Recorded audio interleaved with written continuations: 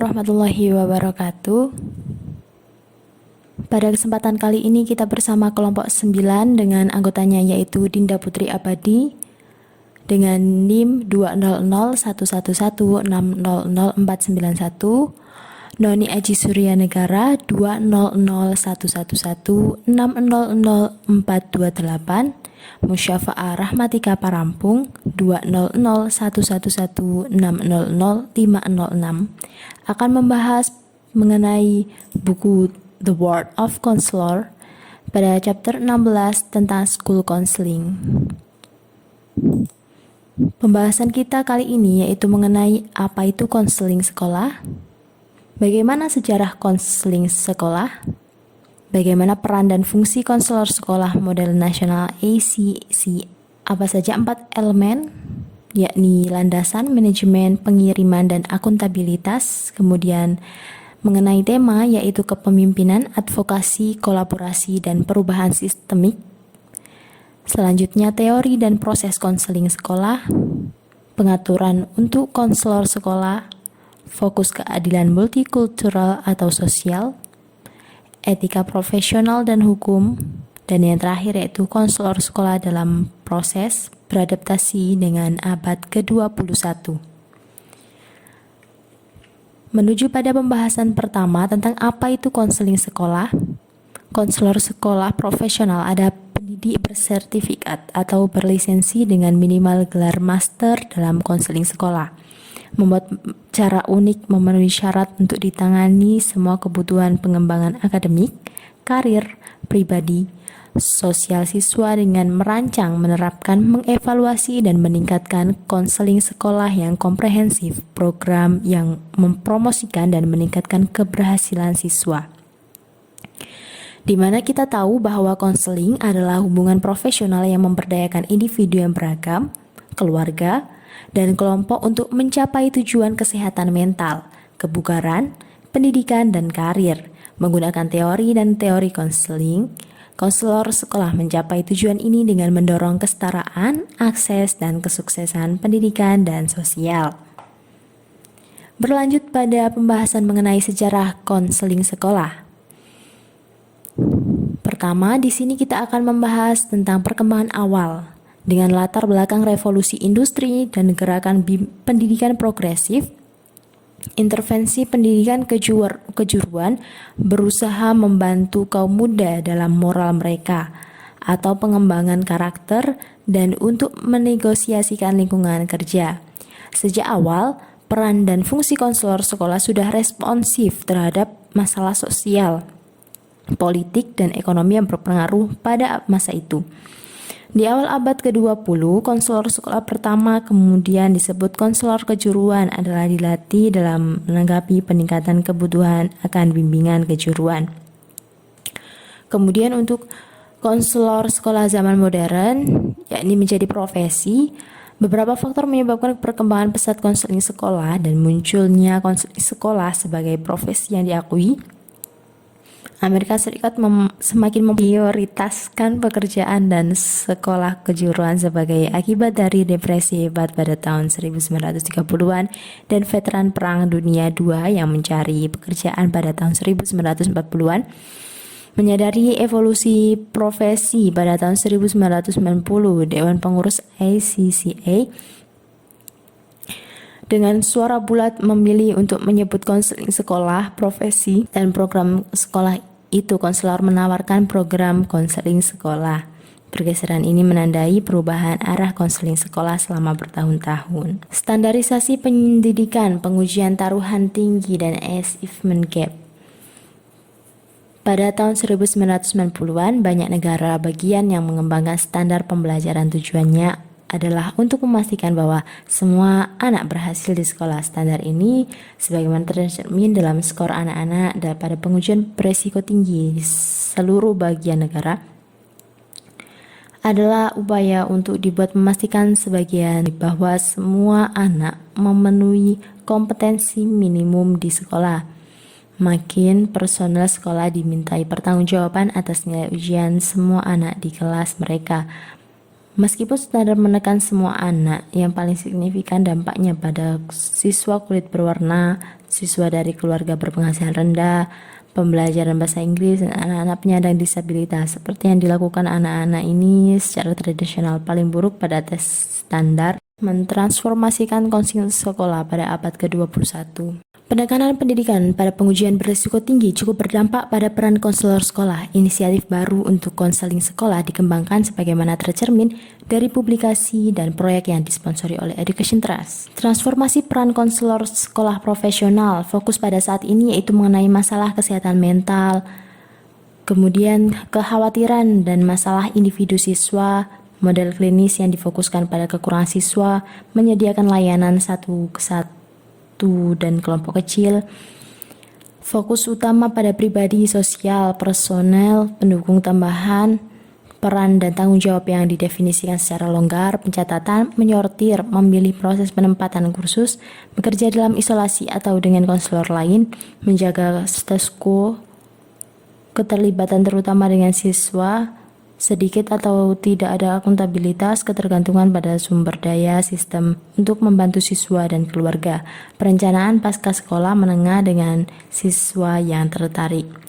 Visi barunya yaitu prestasi akademik dan kemahasiswaan, masalah seluruh sekolah dan sistem, fokus akademis, membangun kekuatan siswa, memimpin, merencanakan, dan mengembangkan program. Fokus pada konseling akademik, pembelajaran, dan prestasi, mendukung kesukaan siswa. Karena di sini siswa itu punya peran yang sangat besar sekali, sedangkan guru itu hanya sebagai fasilitator. Maka di sini siswa sangat diprioritaskan untuk menjadikan pembelajarannya itu is number one. Kemudian yang keenam yaitu anggota integral dari tim pendidikan. Selanjutnya berfokus pada misi dan identifikasi peran. Akuntabilitas penuh untuk kesuksesan siswa, penggunaan data, perencanaan dan persiapan untuk akses ke berbagai pilihan post-sekondari. Dan hingga yang terakhir yaitu menciptakan jalur bagi seluruh siswa untuk mencapai cita-cita yang lebih tinggi lagi. Pada kepercayaan pendidikan, model mereka ditekankan melatih konselor sebagai pemimpin pendidikan yang dapat menjadi pendukung bagi semua siswa karena mereka fokus pada pengembangan prestasi akademik dan aspirasi karir. Sebagai tambahan, model ini melihat konselor sekolah sebagai bagian integral dari sistem pendidikan, bukan sebagai layanan tambahan, dan percaya bahwa konselor harus memainkan peran penting dalam membantu semua siswa berprestasi secara akademis. Selanjutnya yaitu model nasional ASCA. ASCA ini bekerja sama dengan Education Trust dan para pemimpin di bidang konseling sekolah untuk mengembangkan model CSCP yang dapat digunakan oleh semua konselor sekolah sebagai kerangka kerja untuk merancang dan melaksanakan program konseling sekolah. Hasilnya adalah ASCA model nasional pertama kali diterbitkan pada tahun 2003 dan kemudian direvisi pada tahun 2005 dan 2012. Dalam upaya untuk mendefinisikan konseling sekolah dan memperjelas peran konselor sekolah dalam mengimplementasikan CSCP, ASCA membuat kompetensi dan kode untuk konselor sekolah selaras dengan model nasional. Standar etika organisasi untuk konselor sekolah menguraikan harapan untuk praktek konseling sekolah etis. Selanjutnya yaitu peran dan fungsi konselor sekolah. Model nasional ASCA telah merevolusi profesi dengan mengklarifikasi peran dan memberikan identitas profesional terpadu. Model nasional menjelaskan peran konselor sekolah dengan berfokus pada kegiatan yang seharusnya dilakukan oleh konselor berkinerja baik, memberikan visi profesional yang konsisten untuk bidang tersebut, merekomendasikan proses pengambilan keputusan berdasarkan data untuk memandu layanan dan mendemonstrasikan dampak siswa, menutup kesenjangan prestasi dan mengadvokasi keadilan dan kesetaraan sosial di sekolah, dan menghubungkan tujuan konselor sekolah dengan misi sekolah. Program konseling sekolah yang komprehensif merupakan komponen integral dari misi akademis sekolah. Program konseling sekolah yang komprehensif didorong oleh siswa data dan berdasarkan standar dalam pengembangan akademik karir dan pribadi sosial, mempromosikan dan meningkatkan proses pembelajaran untuk semua siswa. 4 elemen landasan manajemen pengiriman dan akuntabilitas. Ada 4 elemen, yaitu landasan. Yang pertama ya, landasan, arti dari landasan sendiri kan pondasi, dasar dimana di sini konselor sekolah itu mendefinisikan program dengan menyatakan visi dan misi serta tujuan program. Siswa dan kompetensi dan standar konselor sekolah ditempatkan dalam sistem yayasan. Kedua yaitu manajemen. Sistem manajemen terdiri dari alat dan penilaian untuk membantu konselor sekolah untuk mengatur, menerapkan, dan mengevaluasi CSCP mereka, serta berkolaborasi dengan dan melaporkan informasi kepada pemangku kepentingan. Pengiriman, yaitu metode yang digunakan konselor sekolah untuk melayani siswa dan sekolah, diuraikan sistem pengiriman. Akuntabilitas, yaitu sekolah konselor mengumpulkan dan mengevaluasi data untuk membuat tujuan program, menentukan kemajuan siswa dan menutup kesenjangan pencapaian, menilai dan mengevaluasi program, dan menentukan efektivitas program konseling sekolah. Selanjutnya itu tema kepemimpinan, advokasi, kolaborasi, dan perubahan sistemik. Sebagaimana di slide dipaparkan bahwa kepemimpinan adalah konselor sekolah yang efektif, di mana pemimpin di sekolah dan merangkul kualitas yang termasuk menjadi kolaboratif, fasilitatif, profesional, memberdayakan, dan mendorong.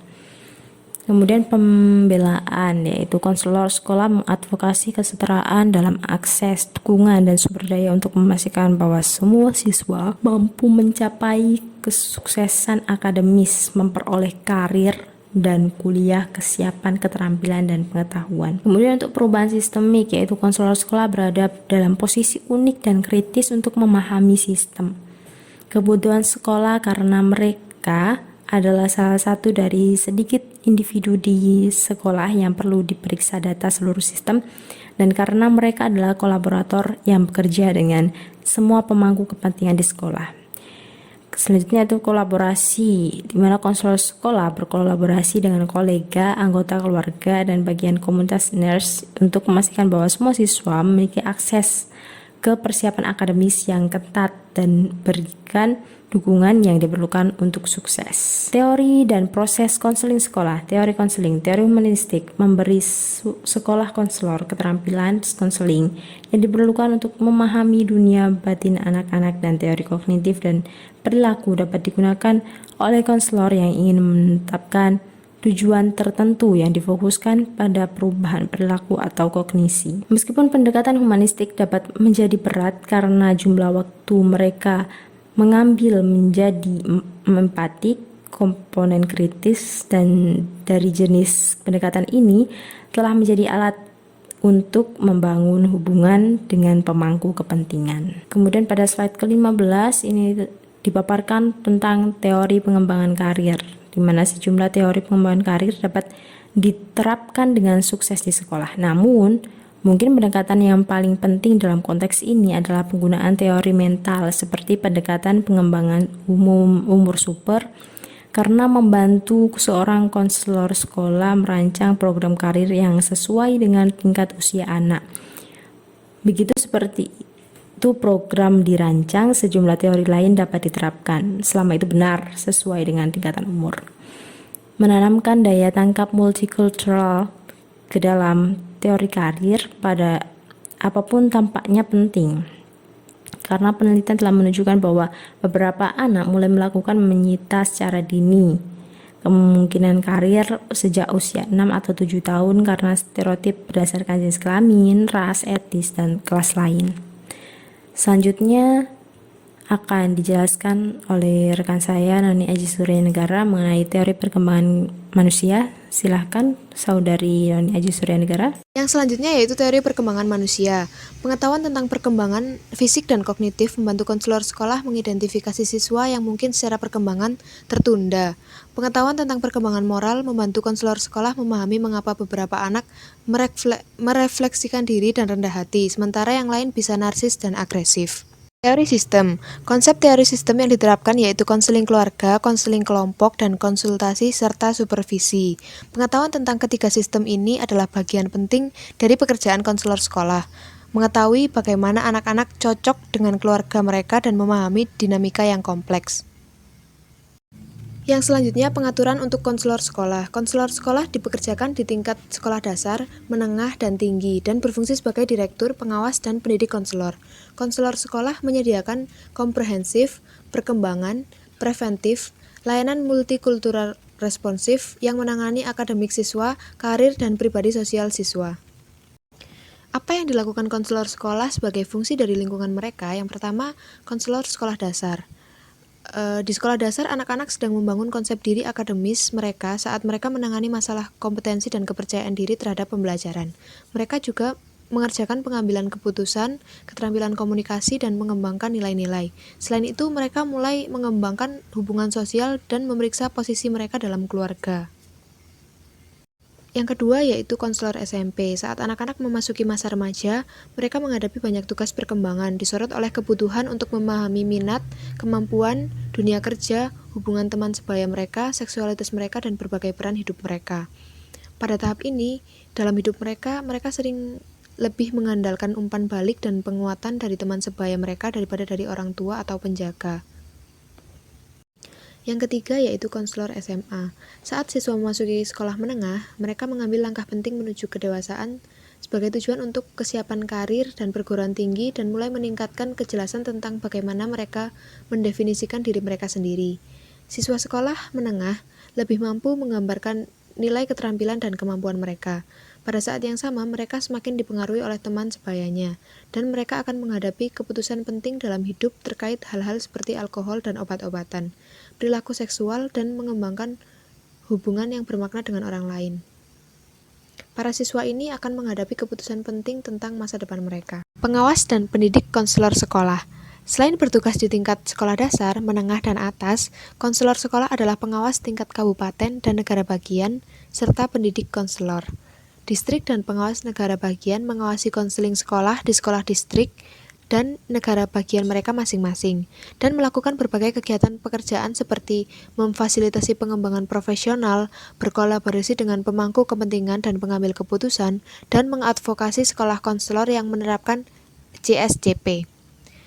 Supervisor sering memiliki pengalaman konseling sekolah, tapi ini tidak selalu terjadi. Semakin sering, supervisor ini diminta memiliki sertifikasi administrasi sekolah. Di beberapa negara bagian, pengawas distrik bekerja sama dengan pengawas negara bagian, pendidik konselor, dan organisasi konseling profesional untuk mendukung profesi. Yang selanjutnya yaitu fokus keadilan multikultural atau sosial. Yang pertama, menciptakan lingkungan sekolah multikultural. Sekolah-sekolah di Amerika menjadi semakin beragam, namun tampaknya masih tertinggal dalam melayani siswa kulit berwarna hitam, siswa dari keluarga berpenghasilan rendah, pembelajar bahasa Inggris, siswa yang menerima layanan pendidikan khusus, dan siswa yang lesbian, gay, biseksual, dan transgender. Konselor sekolah saat ini dipanggil untuk mengembangkan suasana multikultural yang positif dan untuk mempromosikan keadilan sosial dan ekuitas dalam banyak hal. Yang kedua yaitu menilai kompetensi multikultural. Salah satu cara bagi konselor sekolah untuk memastikan bahwa mereka menciptakan lingkungan multikultural adalah dengan melakukan analisis sistematis terhadap sekolah mereka. Kategori yang didasarkan pada analisis tema isu multikultural dalam konseling sekolah adalah konseling multikultural, konsultasi multikultural, memahami rasisme dan perlawanan siswa, penilaian multikultural, memahami perkembangan identitas rasial, konseling keluarga multikultural, advokasi sosial, mengembangkan kemitraan sekolah, keluarga, komunitas, dan memahami interaksi interpersonal lintas budaya. Yang selanjutnya yaitu elemen untuk menciptakan lingkungan multikultural dan mendorong keadilan sosial. Ada 23 elemen, yaitu yang pertama, meningkatkan kesadaran bahwa budaya adalah pengaruh yang kuat dan menyebar pada siswa, pemangku kepentingan dan sikap kita sendiri, dan tingkah laku. Yang kedua, terlibat secara aktif dalam komunitas di mana sekolah Anda berada dengan terlibat dalam jaringan, advokasi, dan pengetahuan sumber daya budaya yang tersedia. Yang ketiga, berpartisipasi dalam memimpin lokakarya atau pelatihan multikultural untuk sekolah dan pemangku kepentingan masyarakat. Yang keempat, membuat program konseling sekolah dapat diakses termasuk tersedia pada saat orang tua atau wali melihat Anda. Juga memastikan bahwa sekolah dan kantor dan materi konseling sekolah Anda dapat diakses oleh penyandang disabilitas. Yang kelima, menciptakan iklim sekolah yang ramah dan inklusif di mana kekayaan budaya dirayakan. Yang keenam, mempromosikan penggunaan bahasa inklusif dan pengakuan berbagai budaya. Yang ketujuh, mempromosikan kurikulum inklusif dan pengajaran yang sadar budaya dan strategi manajemen kelas yang lebih menonjol kehidupan siswa. Yang kedelapan, bekerja untuk meningkatkan hubungan lintas budaya di sekolah dan komunitas Anda, tidak hanya antara kelompok ras atau etnis, tetapi juga berkenaan dengan kelas sosial, kemampuan atau kecacatan, orientasi seksual, dan faktor lainnya. Yang kesembilan, mendorong topik budaya saat penyuluhan, konsultasi, melakukan bimbingan kelas, dan praktik konseling sekolah lainnya. Yang kesepuluh, mengadaptasi teknik konseling dan konsultasi Anda agar peka budaya. Yang ke-11, membantu siswa untuk mengubah kode untuk membuat keputusan cerdas serta situasional tentang bahasa dan perilaku untuk berbagai keadaan. Yang ke-12, membentuk komite penasihat multikultural dengan perwakilan-perwakilan dari sekolah dan masyarakat untuk memeriksa dan menawarkan nasihat tentang semua aspek pengalaman sekolah, misalnya kurikulum, metode pengajaran, dan iklim inklusif. Yang ke-13, berkonsultasi dengan informan budaya, orang yang akrab dengan budaya yang direpresentasikan di sekolah Anda. Yang selanjutnya, membantu sekolah dalam mengembangkan mekanisme untuk mempekerjakan individu dari berbagai latar belakang. Memeriksa data sekolah terpilah untuk bukti ketidaksetaraan, misalnya jumlah yang tidak proporsional dari beberapa kelompok siswa yang menerima rujukan perilaku, representasi yang tidak adil dalam program berbakat, dan mereka yang menerima layanan pendidikan khusus, berbeda tingkat kelulusan untuk kelompok siswa yang berbeda. Yang selanjutnya, mengajukan pertanyaan tentang kurikulum, iklim sekolah, sikap fakultas atau staf, dan tindakan.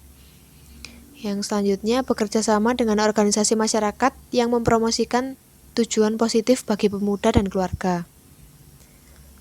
Pertinjau praktik, program, dan kebijakan yang telah berhasil di tempat lain. Yang selanjutnya, membantu orang lain untuk menjadi pendukung diri yang sukses.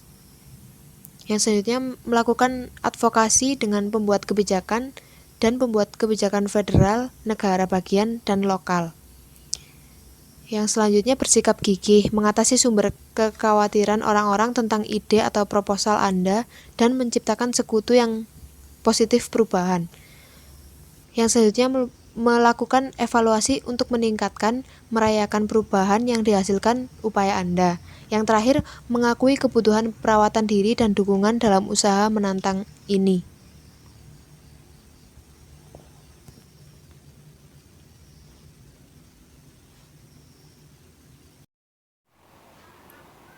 Etika profesional dan hukum. Masalah etika. A. Standar etika dalam konseling. Konselor sekolah bertanggung jawab untuk menjunjung tinggi etika profesi yang baik. ISCA dan ACA menjelaskan dalam kode etik atau standar mereka.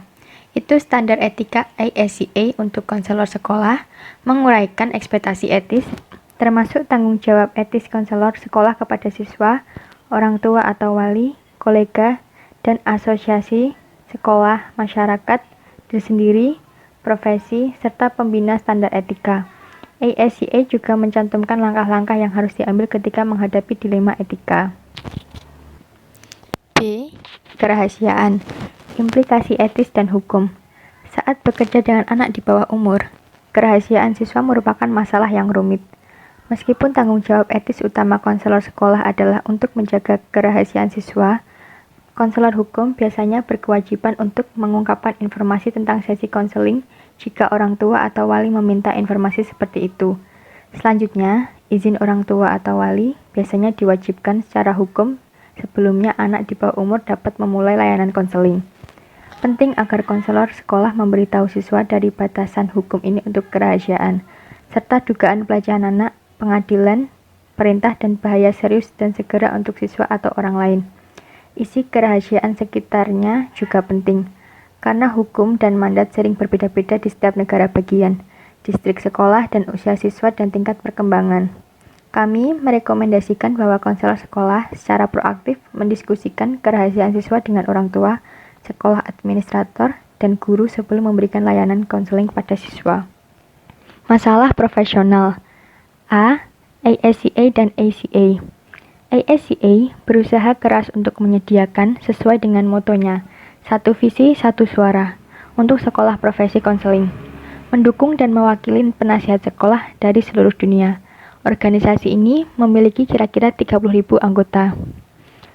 ASCA melakukan banyak hal untuk konseling sekolah, termasuk memberikan pelatihan untuk menerapkan model nasional ASCA, mensponsori konferensi dan lokal karya, pengembangan profesional, mengembangkan dan memelihara kode etik, membuat pernyataan posisi pada sejumlah masalah penting yang dihadapi konselor sekolah, membantu dalam akreditasi dan inisiatif kredensial, mengadvokasi inisiatif legislatif, mendukung evaluasi dan penelitian, mensponsori asuransi kejiwaan, dan menerbitkan majalah berjudul ASCA School Counselor dan jurnal berjudul The Professional Counselor Sekolah. Dengan hampir 55.000 anggota, ACA adalah anggota organisasi profesional dan pendidikan yang mendukung dan mempromosikan konseling bidang dan spesialisasi terkait dalam bidang tersebut seperti konseling sekolah. B. Sertifikasi spesialisasi dalam konseling sekolah. Meskipun kredensial konseling sekolah di tingkat negara bagian telah sudah ada lebih lama daripada kredensial konselor lainnya. Sertifikasi nasional tidak dimulai sampai tahun 1992, ketika Credential National Certified School Counselor (NCSC) ditetapkan.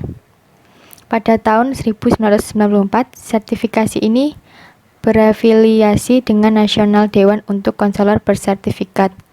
Selain NCSC, Dewan Nasional untuk Standar Pengajaran Profesional telah mengembangkan proses sertifikasi yang diselesaikan pada tahun 2004. Sertifikasi ini membutuhkan kredensial dan 3 tahun sebagai konselor sekolah serta penilaian berbasis kinerja selama 2 hingga 3 tahun yang menunjukkan kemahiran dalam berbagai keterampilan konseling sekolah.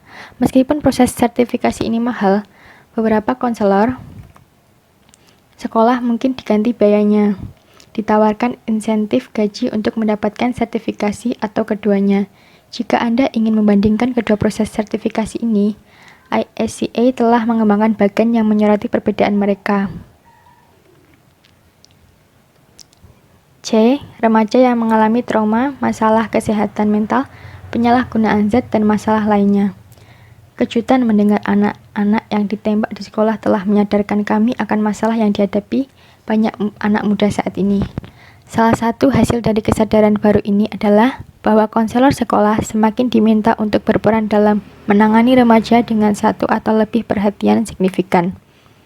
Hampir 20% siswa di sekolah Amerika Serikat memiliki gangguan kesehatan mental dan perilaku yang dapat didiagnosis. Namun hanya 20% dari siswa tersebut menerima pengobatan. Beberapa dari banyak peran yang dimiliki konselor diambil dalam kapasitas ini termasuk merancang dan melaksanakan upaya pencegahan, misalnya pencegahan intimidasi dan pencegahan putus sekolah, memfasilitasi karakteristik ketahanan dalam siswa, mempromosikan sekolah yang ramah, mendukung tanggap budaya dan inklusif iklim, memimpin upaya pencegahan dan penanganan situasi krisis, menilai bunuh diri, ideasi dan ancaman kekerasan lainnya, berkoordinasi dengan penyedia sumber daya komunitas, bekerja sama untuk mengembangkan program keselamatan di sekolah, membantu siswa dalam menangani intimidasi, pelecehan atau lainnya. Konseling juga bagi siswa, keluarga, dan staf sekolah. D. Gaji dan prospek pekerjaan konselor sekolah. Saat ini terdapat sekitar 262.300 konselor pendidikan, kejuruan, dan sekolah. Dan pekerjaan konselor sekolah dalam waktu dekat diharapkan tumbuh secepat rata-rata. Menurut buku pegangan prospek kerja, jumlah dan kebutuhan konselor sekolah sedikit menurun di dalam beberapa tahun terakhir, yang mungkin merupakan akibat dari pemotongan anggaran dan perubahan dalam konseling sekolah yang diberlakukan secara resmi. Gaji konselor sekolah hampir selalu berdasarkan gaji guru yang memiliki gelar master. Pada Mei 2012, gaji rata-rata sebesar 53.000 US dollar. Masalah hukum. A. Hukum publik. Disahkan pada tahun 1975, PL 94142 bersama dengan otorisasi ulang dan perluasan baru-baru ini, undang-undang yang disebut sebagai Undang-Undang Pendidikan Individu Penyandang Disabilitas, memiliki banyak manfaat, mempengaruhi peran konselor sekolah. Undang-undang ini memastikan hak siswa untuk menjadi dinilai dengan biaya sistem sekolah jika siswa diduga memiliki kecacatan yang mengganggu pembelajaran. Selain itu, mereka menegaskan bahwa konselor sekolah harus membuat akomodasi dalam lingkungan yang paling tidak membatasi untuk setiap siswa dari usia 3 hingga 21 tahun yang memenuhi syarat dalam salah satu dari 13 kategori untuk menerima spesial layanan pendidikan. B. Hak orang tua atas catatan sekolah. Undang-Undang Hak Pendidikan dan Privasi Keluarga yang disahkan pada pertengahan 1970-an memungkinkan akses orang tua ke catatan pendidikan anak-anak mereka dan untuk memutuskan bagaimana catatan tersebut dibagikan.